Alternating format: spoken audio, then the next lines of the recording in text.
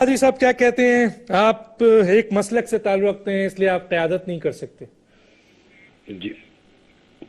جی doctor دانی صاحب، اب میری درخواست ہے کوئی دوسرا سوال نہ کیجیے، ٹائم شارٹ ہے اور اس کا جواب تفصیل مانگتا ہے۔ جی یہ کہنا مجھے معلوم ہے، یہ باتیں وہ لوگ کر رہے ہیں جنہوں نے اس ملک میں فرقہ واریت کو ہوا دی ہے اور بڑھاتے بڑھاتے ملک کو دہشت گردی کی آگ میں جا کے دھکیل دیا ہے، جو خود مسلک پرست اور فرقہ پرست ہیں، جو امت مسلمہ کی وحدت پر اور پاکستان کی وحدت پر یقین نہیں رکھتے۔ ایسی بات کہنا اس ملک میں فتنہ پروری کے سوا کچھ نہیں۔ یہ انتہائی بیہودہ اور جاہلانہ بات ہے کہ فلاں کا ایک مسلک ہے۔ کوئی شخص اس پورے ملک میں ایسا بھی ہے جس کے بیک وقت 3 مسلک ہوں؟ کوئی ہے جو بیک وقت سنی بھی ہو اور شیعہ بھی ہو، جو بیک وقت اہل سنت یا اہل تشیع بھی ہو اور اہل حدیث بھی ہو؟ کوئی ہے جس کے 2 مسلک ہوتے؟ بھائی ایک فقہی مذہب بھی ہوتا ہے، ایک مسلک بھی ہوتا ہے جو دین اسلام کی چھوٹے معاملات میں تعبیر اور تشریح سے عبارت ہے۔ اور یہ جو مسلک ہے، پاکستان مسلکوں کے لیے نہیں بنا، پاکستان بنانے والے کا بھی ایک مسلک تھا۔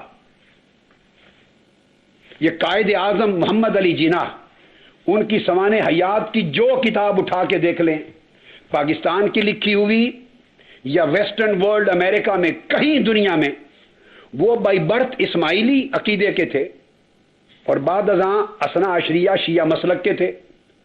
لیکن کیا قائد اعظم کے شیعہ مسلک نے قیام پاکستان میں کوئی دخل دیا؟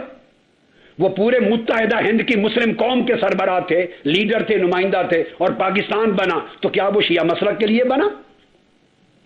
ہر سنی اور شیعہ، ہر مسلم اور غیر مسلم میں قائد اعظم کی قیادت کو مانا اور ان کے نتیجے میں پاکستان کا تحفہ ملا، تو مسلک کہاں گیا؟ مسلک ایک پرسنل میٹر ہوتا ہے۔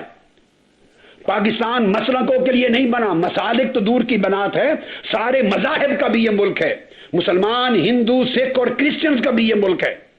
یہ پاکستان سعودی عرب نہیں ہے کہ یہاں ایک مسلک کی حکومت ہوگی، نہ پاکستان ایران ہے کہ ایک مسلک کی حکومت ہوگی۔ پاکستان اسلامک ریپبلک اور پاکستان ہے، اس میں ہر مسلک اور ہر مذہب کی حیثیت برابر ہے۔ یہ بات کرنا اس ملک کو بہت بڑے فتنے کی آگ میں ڈال دے کے مترادف ہے۔ مسلک کی آپ بات کرتے ہیں، میرا مسلک ہے، میں اہل سنت والجماعت ہوں، مگر میرے مسلک میں اہل سنت والجماعت ہو کر میں دوسرے مسالک کو کافر نہیں کہتا اور نہ کافر سمجھتا ہوں۔ جن لوگوں نے یہ فتنہ چلایا ہے ان کے اور میرے مسلک میں فرق یہ ہے کہ وہ دوسرے مسلک والوں کو یا کافر کہتے ہیں یا سیاسی اعتبار سے زبان سے نہیں کہتے تو دل سے سمجھتے ہیں۔ میں کسی کو کافر نہ کہتا ہوں نہ سمجھتا ہوں، میں مسلم اور غیر مسلم سب قومیتوں کو یکجا پاکستان کا وارث سمجھتا ہوں۔ یہ میرا مسلک ہے اور میرا مسلک وہی ہے جو علامہ اقبال علیہ رحمت کا تھا۔ یہ سن لیجئے، علامہ اقبال کے بیٹے ڈاکٹر جاوید اقبال، ان کی کتاب ہے اپنی زندہ روت، علامہ اقبال کی مکمل سوانح حیات، اور وہ لکھتے ہیں کہ علامہ اقبال میرے والد بچپن سے سلسلہ قادریہ میں بیعت کیے ہوئے تھے، میں بھی قادری الطریقت ہوں۔ ڈاکٹر جاوید اقبال لکھتے ہیں کہ علامہ اقبال سلسلہ قادریہ میں بیعت تھے۔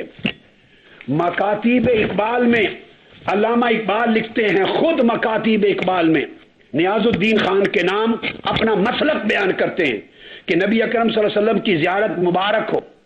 وہ لکھتے ہیں کہ میرا یہ عقیدہ ہے، علامہ اقبال کے لفظ، میرا یہ عقیدہ ہے یعنی مسلک ہے کہ نبی اکرم صلی اللہ علیہ وسلم زندہ ہیں اور اس زمانے کے لوگ بھی ان کی صحبت اور فیض سے اسی طرح مستفیض ہوتے ہیں جس طرح صحابہ کرام ہوا کرتے تھے، لیکن اس زمانے میں اس قسم کے عقائد کا اظہار بہت سے دماغوں کو ناگوار ہوگا، اس لیے خاموش رہتا ہوں۔ تو علامہ اقبال کا بھی ایک مسلک ہے، وہ اولیاء کرام کے مزارات پہ جاتے، داتا گنج بخش علی حجویری کے لوح مزار پر لکھا ہوا قطع پڑھ کے دیکھیے، وہ ہمہ وقت اجمیر شریف جاتے، خواجہ نظام الدین اولیاء جاتے، سلسلہ قادریہ میں بیعت تھے، مگر کیا علامہ اقبال کا ایک مسلک ہونا ان کے پورے فکر کو متاثر کرتا ہے؟ وہ پورے بر صغیر پاک و ہند کے فکری رہنما تھے، فکری مجتہد تھے، فکری قائد تھے، جن کے فکر نے پاکستان کا خواب دیا۔ میں کہوں گا ذوالفقار علی بھٹو مسلکن شیعہ تھے مگر پریکٹیکلی وہ سیکولر تھے. بے نظیر بھٹو، آصف علی زرداری، آپ کے جنرل، آپ کے لیڈر، کون ہے جس کا کوئی مسلک نہیں؟ آپ اگر نماز پڑھتے ہیں تو یا ہاتھ باندھ کے پڑھتے ہوں گے یا ہاتھ چھوڑ کے پڑھتے ہوں گے. کوئی تیسرا طریقہ تو کوئی نہیں کہ ایسے ایسے کرتے رہیں، ایسے ایسے. اگر ہاتھ باندھ کے پڑھتے ہیں تو تب بھی آپ کا ایک مسلک ہے، آپ سنی ہیں. ہاتھ چھوڑ کے پڑھتے ہیں تو تب بھی آپ کا مسلک ہے، آپ شیعہ ہیں. اگر آپ ہاتھ باندھ کے پڑھتے ہیں تو یا ناف پہ ہاتھ رکھتے ہوں گے یا سینے پہ ہاتھ رکھتے ہوں گے. اگر سینے پہ رکھ کے پڑھتے ہیں